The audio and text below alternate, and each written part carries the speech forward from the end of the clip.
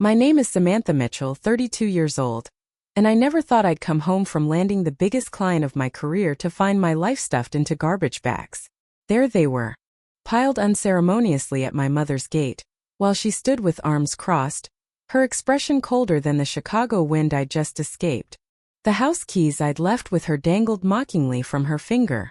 Confusion washed over me as I stepped out of the Uber, my success high evaporating into stunned silence. Before I dive into what happened next, let me know where you're watching from in the comments, hit that like and subscribe button, and stick around to see how I rebuilt my life from those garbage bags. The irony of my situation wasn't lost on me. Just 3 days earlier, I had been standing in a sleek conference room on the 40th floor of a Chicago skyscraper, delivering the presentation of my lifetime. After 6 years of climbing the corporate ladder at Madison Marketing Group, I'd finally been promoted to senior marketing executive last month. This Chicago trip was my chance to prove they'd made the right choice by putting me in charge of pitching to Nexus Technologies, a client worth potentially 7 figures annually to our firm. "You've got this, Sam," my boss had said before I left. "This deal could fast-track you to director level by year's end." That kind of advancement would have been unthinkable a year ago. I'd always been ambitious, but balancing my career with personal obligations had become increasingly difficult since my father passed away 3 years ago. Dad had always been my cheerleader, the one who believed I could conquer the world. Mom, on the other hand, while loving in her way, had always been more practical, more concerned with stability than dreams. "Marketing is so unstable. Honey," she'd say. "Your father and I just want you to be secure." Dad eventually came around to supporting my career choice, but Mom never fully embraced it. After Dad died suddenly from a heart attack, Mom and I grew both closer and further apart simultaneously. She needed me more than ever. But my grief manifested in throwing myself deeper into work, the one place where I still felt in control. 2 weeks before my Chicago trip, a pipe burst in my apartment building, flooding several units including mine. With renovations expected to take at least a month, I had reluctantly accepted Mom's offer to stay at her house temporarily. 58. Diane Mitchell was still vibrant and independent, but living alone in the suburban 4-bedroom house where I grew up had left her with too much empty space and time. Initially, things were fine. I worked long hours, often coming home late to find dinner wrapped in foil in the refrigerator with a note. "You work too hard, sweetie." But as days passed, Mom began making comments about my schedule, my diet, my work calls that sometimes ran into evening hours. "You're just like your father," she said one night after I took a client call during dinner. "Always putting work before family." That stung in ways she couldn't understand. Dad had been a dedicated high school principal who touched countless lives, including mine. Her comparison wasn't entirely unfair. He had missed some family events for school emergencies, but her tone made it clear this wasn't a compliment. The weekend before my Chicago trip, things came to a head when I accidentally left my laptop open. Mom saw an email from my boss mentioning relocation possibilities depending on the Chicago outcome. She confronted me while I was packing. "You're planning to move away?" Her voice quivered slightly. "When were you going to tell me?" "Mom, it's just a possibility," I explained, tucking a blouse into my suitcase. "If we land this client, the company might want someone in San Francisco to manage the account." "Nothing's decided." "San Francisco?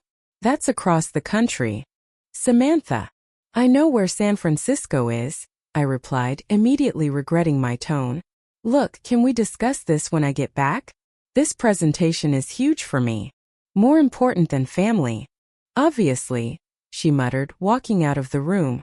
I left for Chicago early Monday morning with a quick goodbye to Mom, who was still in her robe, coffee mug in hand. Her hug felt stiff, but I attributed it to the early hour and our unresolved tension. I promised to call when I landed and headed out the door, my mind already rehearsing my presentation points. The Chicago trip was a whirlwind of success. The Nexus executives loved our campaign strategy, and by Wednesday afternoon we had a verbal agreement.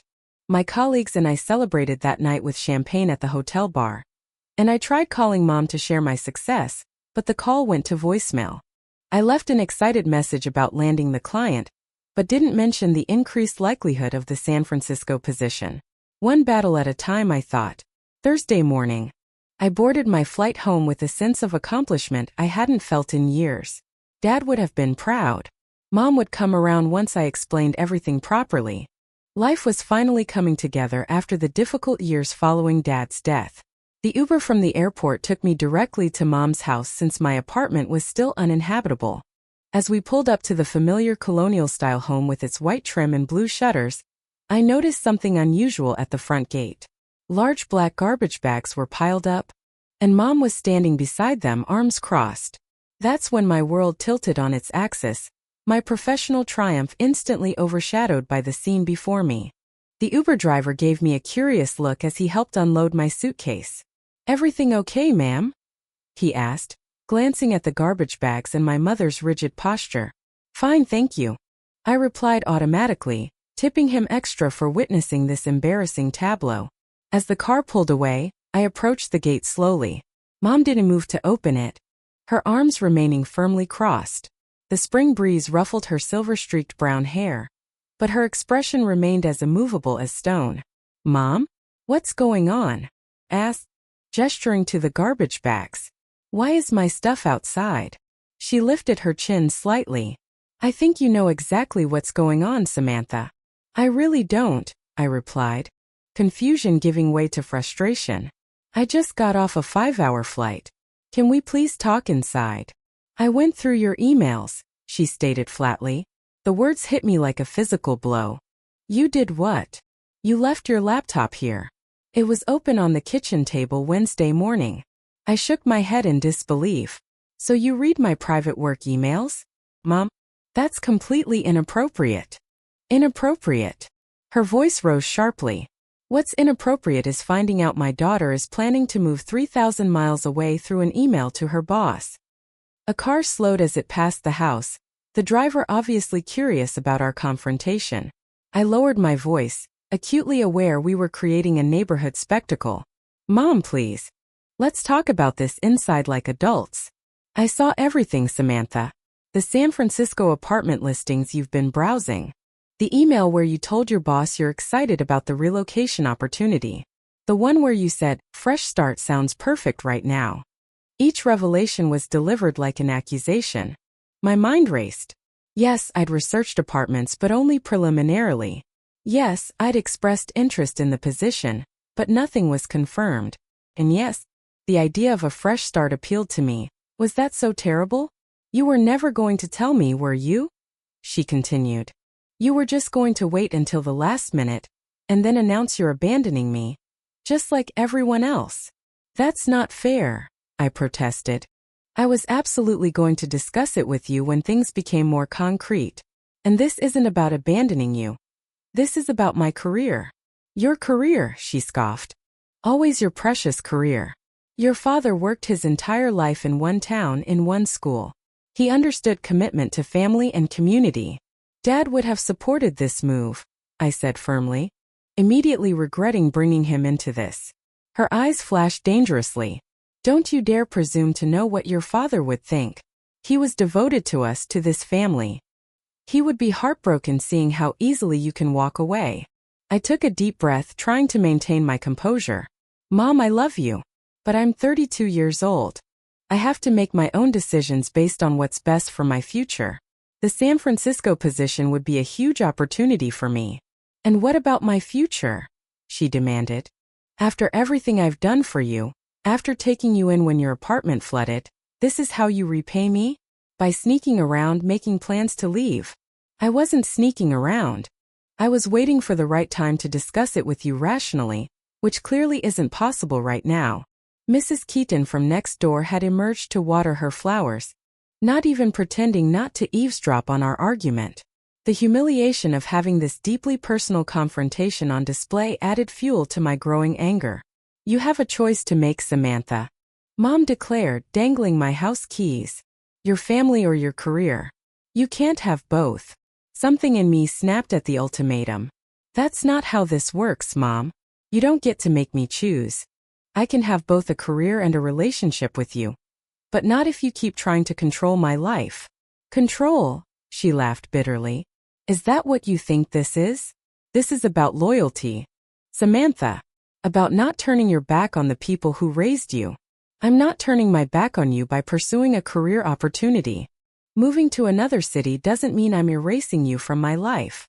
Well, if you choose to go, don't expect me to be waiting when your big opportunity inevitably falls apart, she said coldly.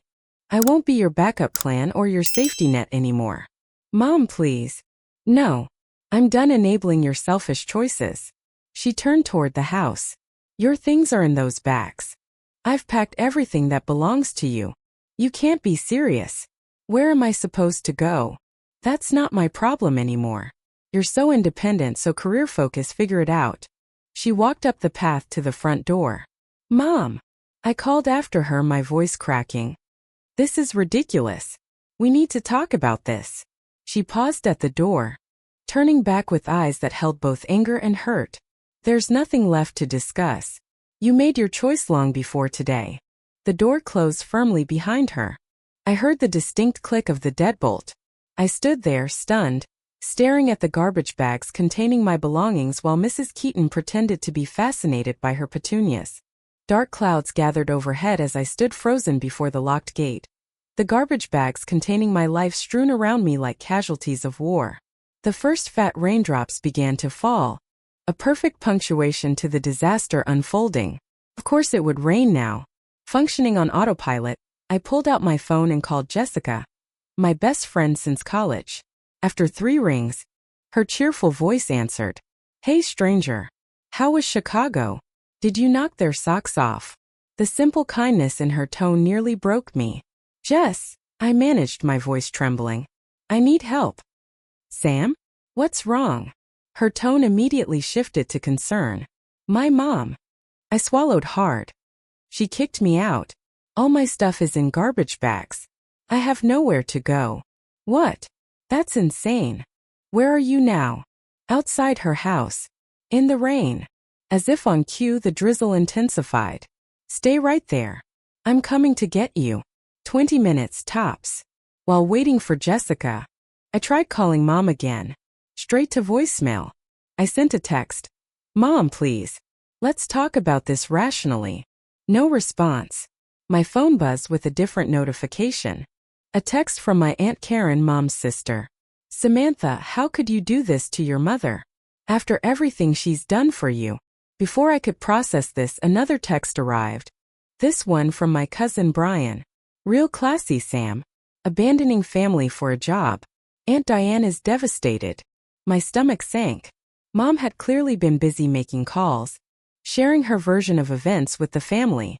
I started typing responses, then deleted them. How could I defend myself in a text when I was still trying to understand what had happened? Jessica's blue Honda pulled up and she jumped out, umbrella in hand. Her expression changed from concern to shock as she took in the pile of garbage bags. Oh my God, Sam, she gasped, hurrying to shield me from the rain. She actually put your stuff in trash bags? This is next level. Together, we loaded the soggy bags into her trunk and back seat. I caught Mrs. Keaton watching from her window and turned away, humiliation burning through me. Once in Jessica's car, the reality of my situation hit full force. I was homeless. My apartment was still uninhabitable, and now I'd been exiled from my backup housing. I covered my face with my hands and finally let the tears come. I don't understand. I sobbed as Jessica drove toward her apartment. How did this happen so fast? Your mom's always been intense, but this is extreme even for her, Jessica said, glancing worriedly at me. What exactly triggered this? Between sobs, I explained about the laptop, the emails, the potential San Francisco position. So she violated your privacy, then punished you for what she found? That's seriously messed up, Sam. She thinks I was going to abandon her, I said, wiping my eyes. Like I was plotting behind her back. Were you? I considered this. Not exactly. I was waiting to see if the position would materialize before bringing it up. But I wasn't trying to hide it from her permanently. Has she been like this since your dad died? Worse, I admitted. She's always been a bit controlling, but losing Dad intensified everything. It's like she's terrified of being alone. My phone continued buzzing with texts from relatives. I finally turned it off, unable to face their judgments. At Jessica's one-bedroom apartment, We unloaded the garbage bags into her living room. Each one felt like it contained fragments of my dignity along with my possessions. "You can stay as long as you need," Jessica assured me, clearing space in her closet. "Mi casa y es tu casa." "I can't believe she did this," I said, opening one of the bags. Inside were my clothes, hastily stuffed in and now wrinkled beyond recognition. "She didn't even fold anything." "That was probably the point," Jessica observed. "Maximum dramatic effect." As I unpacked, painful memories from Dad's final days surfaced. I remembered sitting beside his hospital bed, holding his frail hand as he made me promise to look after Mom. "She'll be lost without me, Sammy," he had whispered, his voice weak but insistent. "Promise me you'll take care of her." I had promised, tears streaming down my face. But what did taking care of her actually mean? Sacrificing my own future? Remaining geographically tethered forever? Jessica's voice pulled me back to the present. "Sam, you need to see this." She handed me her phone, open to Facebook. Mom had posted a status update. "Heartbroken today. Just discovered my only daughter is secretly planning to move across the country without even discussing it with her widowed mother. After everything we've been through together, please keep me in your prayers during this difficult time." The post already had dozens of sympathetic comments and sad face emojis. "She's making it public?" I gasped. "This is completely inappropriate." "Welcome to the age of social media parental guilt trips," Jessica said grimly. I scrolled through the comments, each one a fresh stab. "So sorry, Diane. Children today don't understand family values. You deserve better, Diane. Sending love. After you took her in during her apartment crisis? Ungrateful." My professional reputation flashed before my eyes. Several colleagues and even a few clients were Facebook friends with Mom, a connection made years ago during happier times. At my college graduation party, this could affect my job, I realized aloud. What if people at work see this? "You need to get ahead of this narrative," Jessica advised. "But not tonight. Tonight you need food, wine, and sleep." She ordered pizza while I continued unpacking, discovering with each bag new dimensions to Mom's fury. In one I found my toiletries tossed in with shoes. In another, books mixed with kitchen items I'd brought to her house. "I'll deal with everything tomorrow," I decided, exhaustion overwhelming me. Right now I just need this day to end. How had my moment of professional triumph turned into personal catastrophe? How could I repair this relationship without sacrificing my career ambitions? And most troublingly, had I actually broken my promise to Dad? The ceiling offered no answers as tears silently tracked down my temples into Jessica's borrowed pillowcase, which I attempted to smooth and hang in the sliver of closet space Jessica had cleared. The second bag held more practical items, my laptop, toiletries, some books. The third bag, however, made my heart stop. Inside were family photos, many of them in broken frames. I lifted out a particularly treasured photo of Dad and me at my college graduation.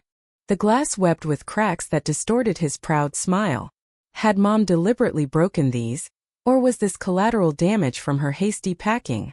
As I dug deeper, panic rose in my throat. Several important mementos were missing.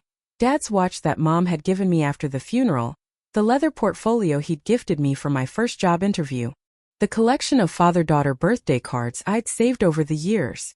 Had she overlooked these items or worse, kept them out of spite? The thought of losing these irreplaceable connections to Dad sent me spiraling. I sank to the floor among the garbage bags, clutching the broken frame to my chest. "Great work in Chicago," he began without preamble. "Nexus is officially on board, and they're specifically requesting you as their account lead." "That's wonderful," I managed, trying to sound professional while sitting amid garbage bags in my pajamas. "The San Francisco position needs an answer by Monday," he continued. "The client wants someone on the ground there within 3 weeks. I know it's quick, but opportunities like this don't wait around." 3 weeks. The timeline that had been hypothetical was suddenly concrete and immediate. "I understand," I said, my mind racing. "I'll have an answer for you by Monday. Everything okay? You sound off." "Just a bit under the weather," I lied. "Nothing serious." After hanging up, I sat motionless, overwhelmed by the convergence of professional opportunity and personal crisis. The San Francisco position would be career-defining. Better title, substantial raise. Managing our most prestigious new client. Under normal circumstances, it would be an obvious yes. But now? Taking it meant potentially severing my relationship with Mom when she was already convinced I was abandoning her. Not taking it meant surrendering to emotional manipulation and possibly damaging my career trajectory permanently. After showering and dressing in wrinkled clothes, I decided to make one more attempt at reconciliation. Mom wasn't answering calls or texts, so I drove to her house, my childhood home, hoping in-person communication might break through. The garbage bags were gone from the gate, the only evidence of yesterday's scene being some wet newspaper that had spilled from one of the bags. I rang the doorbell repeatedly, then knocked. The curtains twitched, confirming she was home, but the door remained firmly shut. "Mom, please," I called through the door. "I know you're in there. We need to talk about this like adults." Silence answered me. I was turning to leave when Mrs. Keaton emerged from her house next door, watering can in hand. "She's pretty upset, you know," the elderly woman offered, approaching the fence that separated the properties. "I gathered that," I replied, not particularly wanting neighborhood commentary on my family drama. "Your mother's always been afraid of being left behind," Mrs. Keaton continued undeterred. "Ever since she was a girl." This caught my attention. "What do you mean?" Mrs. Keaton set down her watering can. "I've known Diane since she moved here as a newlywed. Did she ever tell you about her own mother?" I shook my head. Mom rarely spoke about her parents, who had both died before I was born. Her mother walked out when Diane was 12. Just packed up and left. No warning, no goodbye, no contact afterward. Her father raised her alone. The revelation hit me like a physical blow. Mom had never shared this part of her history, though it explained so much about her behavior. "Your father was the first person who made her feel secure again," Mrs. Keaton continued. "When he died, that old fear came roaring back. She's not really angry with you, dear. She's terrified." I stared at the silent house, seeing it through new eyes. The perfectly maintained garden. Driving back to Jessica's apartment, my mind worked through this new information. Mom's controlling tendencies, her anxiety about my career moves, her extreme reaction to the potential San Francisco relocation, all of it connected to that childhood abandonment I'd known nothing about. Understanding the source of her fear didn't excuse her actions, but it contextualized them. This wasn't just about me or my career, it was about a multigenerational pattern of abandonment and control. Back at Jessica's, I found myself at a crossroads. The path forward couldn't include enabling Mom's unhealthy attachment and control mechanisms. That wouldn't help either of us in the long run. But completely cutting ties felt equally wrong. I stared at the broken photo frame, running my fingers over Dad's smile behind the cracked glass. What would he advise now? The answer came with surprising clarity. He would want both of us to heal and thrive, even if the path there was painful. For the first time since this crisis began, I felt a sense of direction.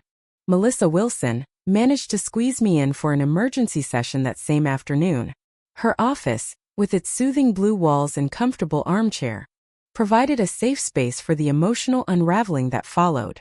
"It sounds like you're dealing with several major stressors simultaneously," she observed after I recounted the events of the past 2 days. The career opportunity, the temporary homelessness, and most significantly, this rupture with your mother.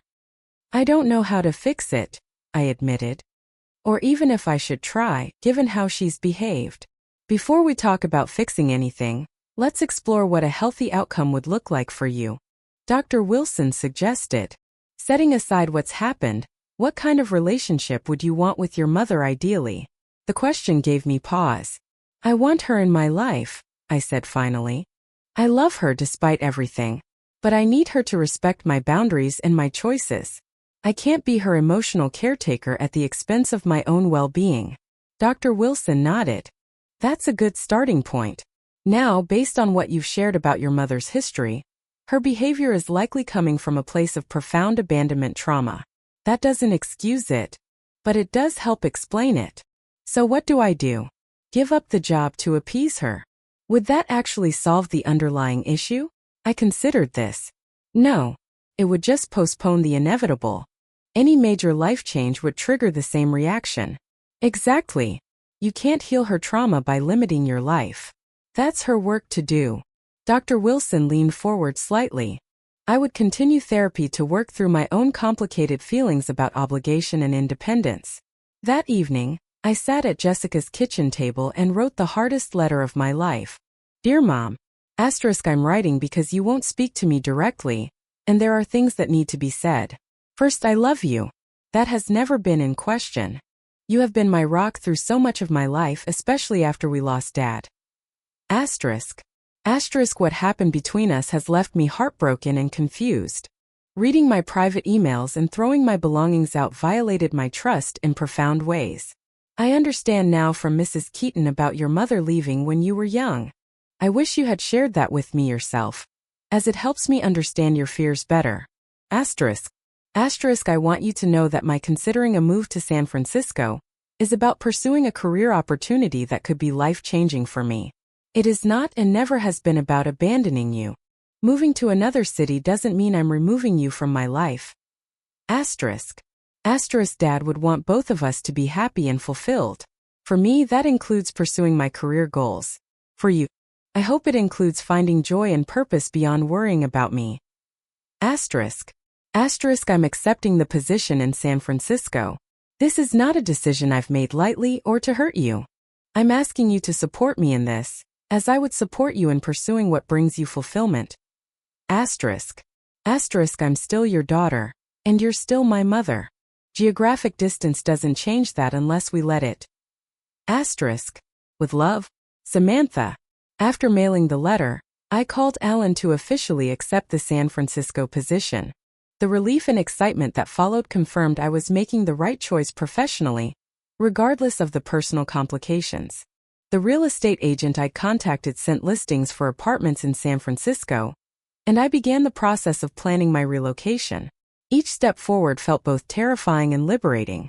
Meanwhile, my extended family continued their campaign of text messages and calls, most taking Mom's side without question. I decided it was time to address this directly and sent a group text to the key family members. Asterisk, I understand Mom has shared her perspective on my potential move. I respect that you care about her well-being. However, there's more to this situation than you've been told. I'd appreciate the chance to explain my side before judgments are made. Family support should be based on understanding, not assumptions. Asterisk, the responses varied. Some relatives maintained their stance that I was being selfish, but others, difficulties with people making their own choices. It started after our mother left. I've been on the receiving end of her emotional reactions myself. Aunt Susan became an unexpected ally, offering to speak with Mom and perhaps mediate a conversation between us. She needs to understand that loving someone doesn't mean controlling them, Aunt Susan said. It's a lesson our family has struggled with for generations. A week passed with no direct response from Mom, though Aunt Susan confirmed she'd received my letter. Hoping Mom would agree to talk with me in a neutral setting, I arrived at the appointed time, heart-pounding, but Mom never showed up. Over tea in Aunt Susan's sunroom, she shared more about their family history, how their mother's abandonment had affected both sisters differently, with Mom becoming hyper-vigilant about maintaining connections and control. There's something you should know, Aunt Susan said hesitantly. Your grandmother didn't just leave. She left with another man, her husband's best friend. The betrayal was public and humiliating. This additional context made Mom's fear of abandonment even more understandable. She hadn't just lost her mother. She'd lost her in a way that added layers of shame and rejection to the already painful experience. Mom never told me any of this, I said quietly. Diane doesn't talk about it. I think she believes that not speaking about painful things makes them disappear. Aunt Susan sighed. Your mother needs help that you can't provide, Samantha. Professional help to process what happened all those years ago. As my departure date approached, I made one final attempt to speak with Mom directly. I drove to her house the evening before my scheduled flight to San Francisco, where I'd be staying temporarily while finalizing my apartment details. This time I didn't knock or ring the bell. Instead, I left a small package on the doorstep. A framed photo of Mom, Dad, and me at my college graduation, all of us beaming with happiness. But it was something, an acknowledgement at least, that the connection between us still existed, however strained. The morning of my departure for San Francisco dawned bright and clear. My few salvaged possessions were packed in suitcases borrowed from Jessica, who had insisted on driving me to the airport despite it being a workday. "Text me when you land," she instructed, helping load my bags into her car. "And FaceTime me this weekend so I can see your temporary digs." "You're the best," I told her, holding out the phone. My heart raced as I took the phone. "Hello. Is Samantha there?" Mom's voice sounded strained, smaller somehow than I remembered. "It's me, Mom." A pause. Jessica's neighbor said she saw luggage being loaded into her car. "You're leaving today?" "Yes. My flight's at 11. Another pause, longer this time. "I see. Mom?" she asked quietly. I stepped aside wordlessly. Jessica mumbled something about giving us privacy and retreated to her bedroom. Mom entered the apartment, her eyes taking in the packed suitcases by the door. She clutched her purse tightly, knuckles white with tension. "So you're really going?" she said, more statement than question. "Yes," I replied, keeping my voice steady. "I accepted the position last week." She nodded slowly, looking around the small apartment as if searching for what to say next. Finally, she turned to face me directly. "I read your letter." Her voice wavered slightly. "Several times, actually. And I don't want you to go." Her chin trembled. "But I understand that you are going regardless of what I want." It wasn't quite an olive branch, but it was more acknowledgement than I'd expected. "Mom, this isn't about what you want versus what I want. This is about me pursuing an opportunity that's important for my career and my future." "Your future that doesn't include me," she said, the bitterness seeping through. "That's not true," I countered, feeling the conversation sliding toward familiar destructive patterns. "My future absolutely includes you, just not in the way you seem to think is the only acceptable option." "And what way is that?" she challenged.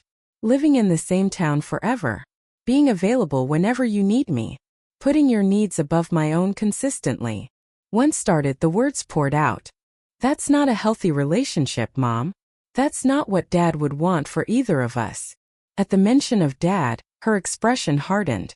"Don't tell me what your father would want." "He would want us both to be happy," I insisted. "He would want you to support my success, not punish me for it." "Is that what you think I'm doing? Punishing you? What would you call throwing my belongings in garbage bags and locking me out? What would you call turning the family against me? If not punishment, then what?" She sank onto Jessica's sofa. "I wasn't sneaking around. It felt that way to me," she said quietly. "It felt like everyone leaves eventually." The simple admission hung in the air between us, heavy with decades of unprocessed pain. I sat beside her, maintaining a small distance. "Aunt Susan told me about your mom." Mom stiffened. "Susan had no right." "I needed to understand, Mom. I needed context for why you reacted so extremely." She was silent for a long moment, staring at her hands. "I was 12, she finally said, her voice barely audible. "I came home from school, and her closet was empty. No note, no goodbye. Just gone." My heart ached for the abandoned child she had been. "I'm so sorry that happened to you. Dad never recovered. He did his best, but he was broken by it." She looked up at me, eyes glistening. "When I met your father, he promised he would never leave. And he didn't, not willingly. But his heart attack wasn't abandonment, Mom. Distance doesn't have to mean disconnection unless we choose that." She wiped a tear that had escaped down her cheek. "And what happens when you build your new life there? Make new friends? Meet someone? You'll have less and less time for calls with your boring old mother." "That's not fair, and it's not true," I said firmly. "I will always make time for you. But Mom, proximity doesn't guarantee the kind of constant access you seem to want." She didn't respond immediately, seemingly absorbing this perspective. "I can't be your everything, Mom," I continued more gently. "That's too much pressure on both of us. It's not healthy." "I know," she admitted so quietly I almost missed it. "I know I've been difficult. After your father died, I just couldn't bear the thought of losing you too." You haven't lost me. You won't lose me. I reached for her hand tentatively. But I need you to support my choices, even when they're not what you would choose for me. She looked at our joined hands. I'm not sure I know how to do that. Maybe it's something we can figure out together, I suggested. Maybe we both need some help with this. She raised her eyebrows questioningly. I've started seeing a therapist, I explained. It's been really helpful. Think, maybe you might benefit from talking to someone too. I expected resistance, but she surprised me with a small nod. Susan suggested the same thing. I've been thinking about it. I didn't throw these away. I just couldn't bear for you to take them. Inside the pouch were the missing mementos, Dad's watch, his leather portfolio, and the collection of birthday cards. That my career ambitions weren't a betrayal but a fulfillment of Dad's hopes for me. I still don't like that you're moving so far away, she added. But I don't want to lose you completely. You won't, I assured her. I promise. We both knew the road ahead wouldn't be easy. Years of established patterns couldn't be undone in a single conversation. But it was a beginning. An acknowledgement that our relationship needed to evolve rather than break. As Jessica drove us to the airport an hour later, Mom had insisted on coming along to see me off. I felt both the weight and the possibility of this new chapter. Mom sat quietly in the back seat, still subdued but present in a way that mattered deeply. At the security checkpoint, she hugged me tightly. Call me when you land, she said, echoing Jessica's earlier instruction. I will. I promised. And we'll figure out when you can visit. The apartment I found has a pull-out sofa. She nodded, blinking back tears. One step at a time. One step at a time indeed. As I waved goodbye and headed toward my gate, I felt neither triumphant nor defeated, just determined to build something new and healthier from the broken pieces of what had come before. 1 month into my San Francisco adventure, I stood on my small balcony overlooking North Beach, watching the fog roll in over the Golden Gate Bridge in the distance. The city had welcomed me with its unique blend of challenges and charms. Hills that left me breathless, neighborhoods that felt like separate worlds. Including one of Mom and me at the airport the day I left, Jessica had insisted on taking it, calling it the beginning of your new chapter together. The broken frame containing Dad's image had been professionally repaired, the cracks now barely visible. My phone rang with Mom's weekly video call. We'd established this rhythm, Sunday evenings, 7 o'clock my time, 10 o'clock hers. The first few calls had been awkward, filled with careful small talk and deliberate avoidance of sensitive topics. But gradually, our conversations had become more natural, if still occasionally tense. Hey Mom, I answered, settling onto my sofa. How was your week? Her face appeared on screen. Kitchen visible in the background. Better than last week. The medication adjustment seems to be helping. This was new. Her willingness to discuss her therapy and treatment openly. Shortly after I'd left, Mom had begun seeing Dr. Harriet Klein, a therapist specializing in grief and abandonment issues. It had been her own decision, prompted partly by Aunt Susan's gentle persistence. That's great, I encouraged. And the garden club? We're planning the fall planting schedule. I've been put in charge of the community garden section. Pride crept into her voice. It's more responsibility than I expected. They're lucky to have you. You've always had the greenest thumb in the neighborhood. She smiled, the expression reaching her eyes, something that hadn't always happened in our early calls. How about you? How's the Nexus account going? Challenging but good. We're finalizing the Q4 campaign strategy this week. I hesitated, then added, Alan mentioned I might need to make a trip to Boston next month to meet with their East Coast team. I waited for the tension, the subtle signs of anxiety that mentions of travel usually triggered. Instead, Mom nodded thoughtfully. Boston's supposed to be beautiful in the fall. You should try to add a day for sightseeing if you can.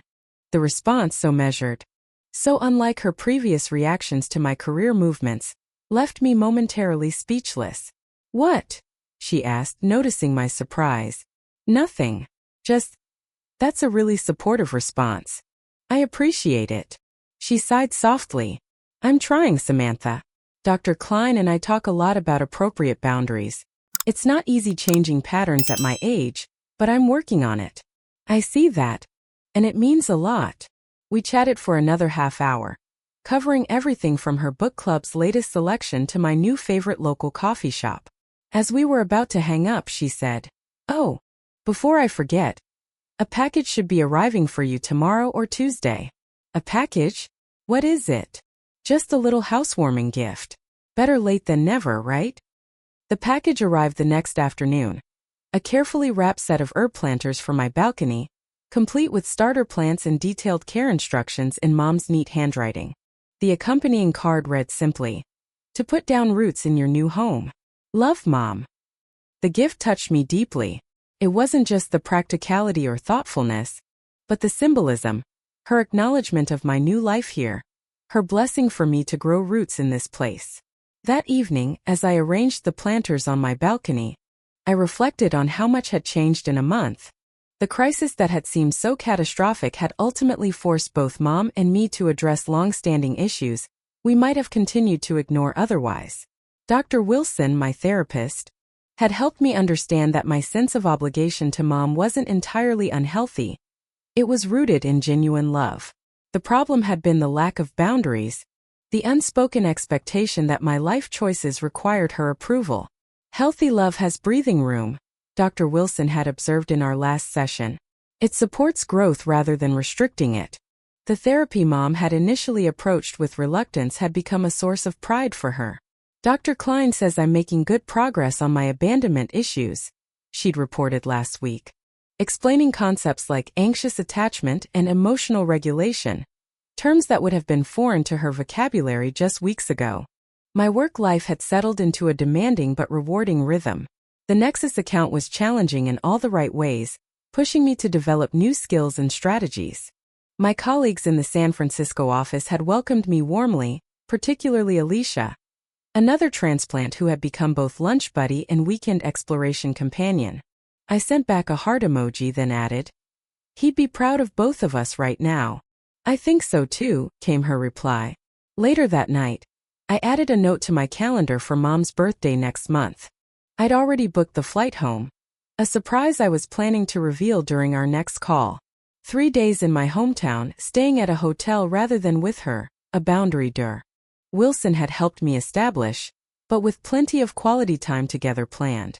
This was our new reality, intentional connection rather than geographic convenience. In some ways, the physical distance had created space for a healthier emotional relationship than we'd managed while living in the same town.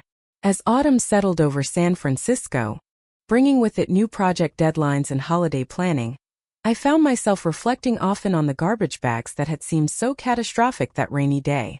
What had felt like an ending had actually been a difficult but necessary transition. Mom's visit was scheduled for next month, her first flight in over a decade, a step she was taking with nervous determination. We'd explore San Francisco together, creating new memories in this city that was becoming my home. Our relationship wasn't perfect.